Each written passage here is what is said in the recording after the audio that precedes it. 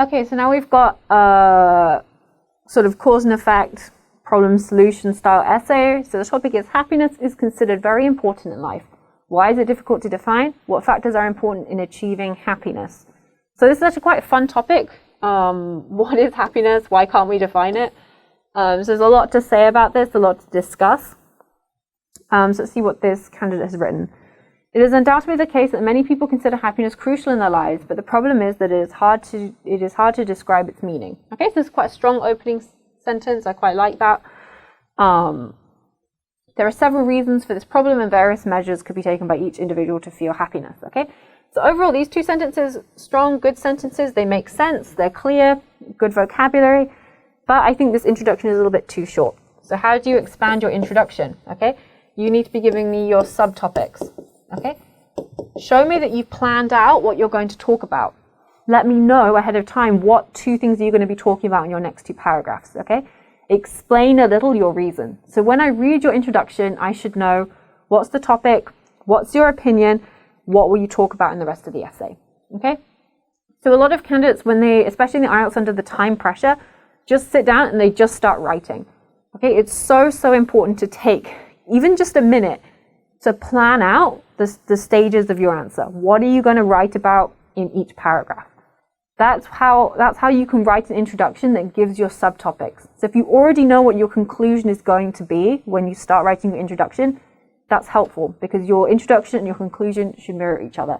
And you don't have any of these issues sometimes that candidates have is where they start with one point of view in the introduction and then their argument shifts slightly as they're writing and their conclusion is slightly different. It's so important just to, on a memo, 30 seconds, think carefully about the question, what factors, what examples are you going to talk about, and then start writing afterwards. So if this candidate had done that, they would be able to sort of list me out the sort of subtopics a little bit more detail in the introduction and explain their opinion. Okay? And explain a little bit, what are you going to argue? What are you going to talk about? Explain your point of view. Not in detail, just a summary sentence in your introduction. Okay, so that's what would make this a much stronger introduction. So, let's say there are two main reasons why it is difficult to define happiness. One of the major reasons is that it means something different to each individual. To illustrate, mothers who have children may feel happy when their daughters or boys, sons and daughters, boys and girls. When their daughters or sons feel joyful, smile and laugh, and then we need a comma here. While students may feel very happy when they score very high on the test. May feel very happy when they score highly on their test, on a test. It means that happiness can mean many different things to many people. So if I was writing this, it sounds quite nice.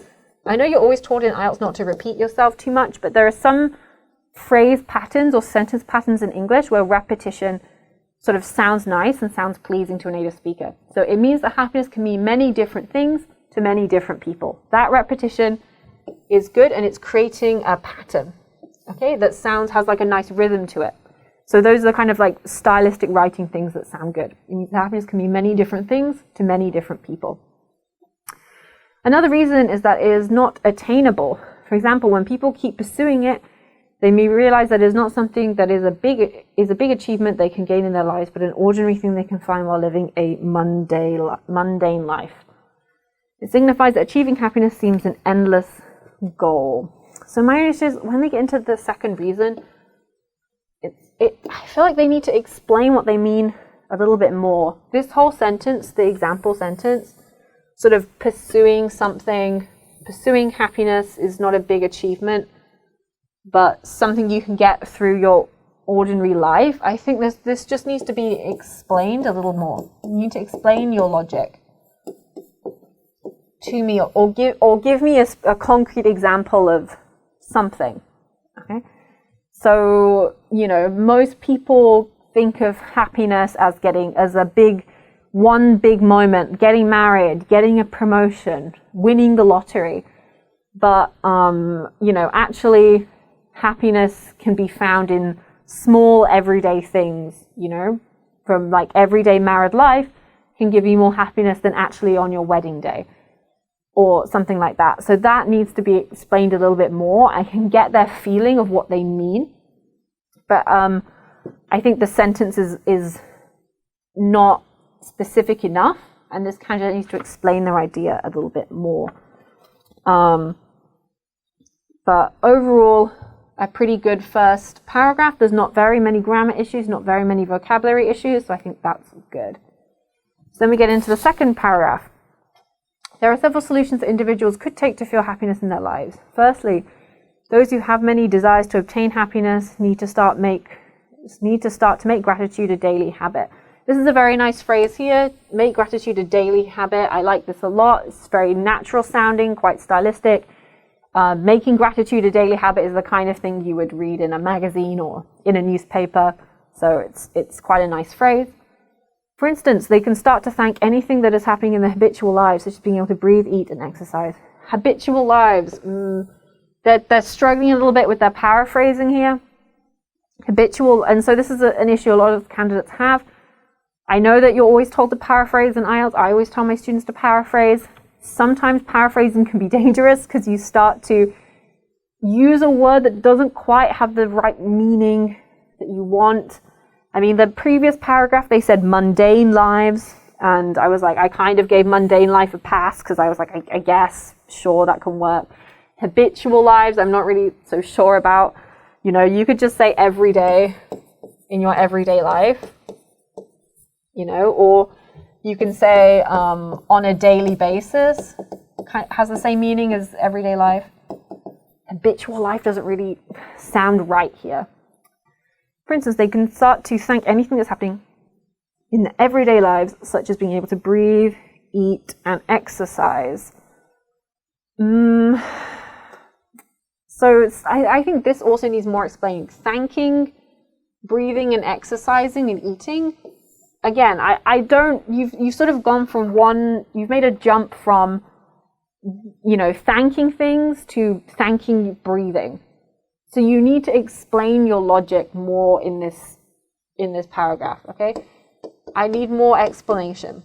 You know, set out to me what your logic is. Like, if you start to be grateful for the small pleasures in life, for the small joys of breathing and eating, you can bring more happiness into your life. I think that's what this candidate is trying to say, but they need to explain it more clearly and detail the logic of their thinking.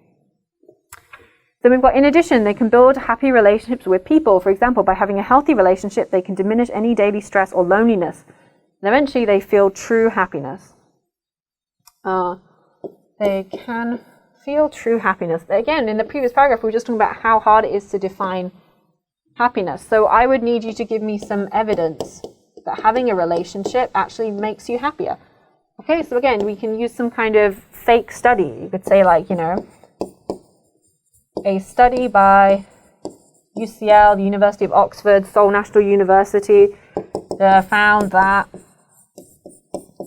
you know, people who were happily married people who were married longer reported being happier, or people who reported having a lot of people in their life that they loved and felt close to reported also being happier, something like that. So I would want you to give me some evidence to fully expand on this example. So this is an issue sometimes for task achievement for some candidates, is they give an example that's relevant and links to the topic, but they don't expand it. So they don't explain, why does my example support my topic sentence? And so that's where a lot of candidates sort of fall down. So in this case, you could show me an example of some evidence about how do you know that having a healthy relationship makes people happier? How do you know it actually makes you less stressed or less lonely? Okay, and then we get to the conclusion. To conclude, although it is tough to define happiness in our lives, there are many ways that people can find happiness in their ritual lives. Again, ritual lives.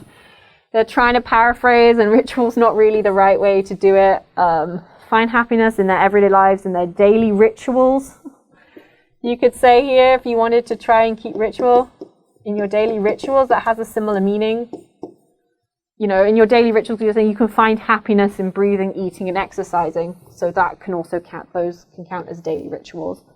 while having a healthy relationship with the people surrounding you. It should be. Okay, I mean, again, I'm looking at this conclusion. This conclusion can be expanded. This should be longer conclusion. You can go into a little bit more detail. You can summarize everything, more clearly. I just look at that conclusion. I think it's a little bit too short. Okay, so overall, I thought there was some good things in this essay. I thought the grammar was pretty good. There weren't many places where I wasn't really sure what they meant. I thought they used a couple of a lot of sort of more complex sentences. They showed they were able to build a longer sentence. If we look at this sentence, for example, by having a healthy relationship, they can diminish any daily social loneliness, and eventually they can feel true happiness. So that's sort of a longer, more complex sentence, which I thought was quite good.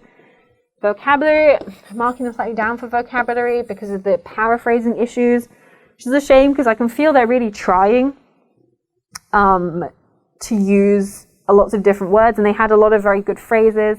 I like the whole gratitude thing was very good, but the whole issue with the habitual lives and the ritual lives and the mundane life actually sort of in the end brought their score down slightly. For coherence and cohesion, I thought was pretty good. I would probably give a 6 for that, although the main thing is I would say the introduction and the conclusion should be longer. Introduction and conclusion should be a little bit longer, give me more detail. And for task achievement, I marked slightly down for task achievement. They need to expand on some of their ideas more, explain their logic in a little bit more detail. And some of their conclusions were becoming a little bit repetitive. Okay, so overall, I think that would bring them out at a 5.5. Overall, I thought this was a reasonably strong essay. So if some of the vocabulary issues had been fixed, I think that could have brought their score up, but there were some issues with their paraphrasing. And then if they're just able to explain and expand more,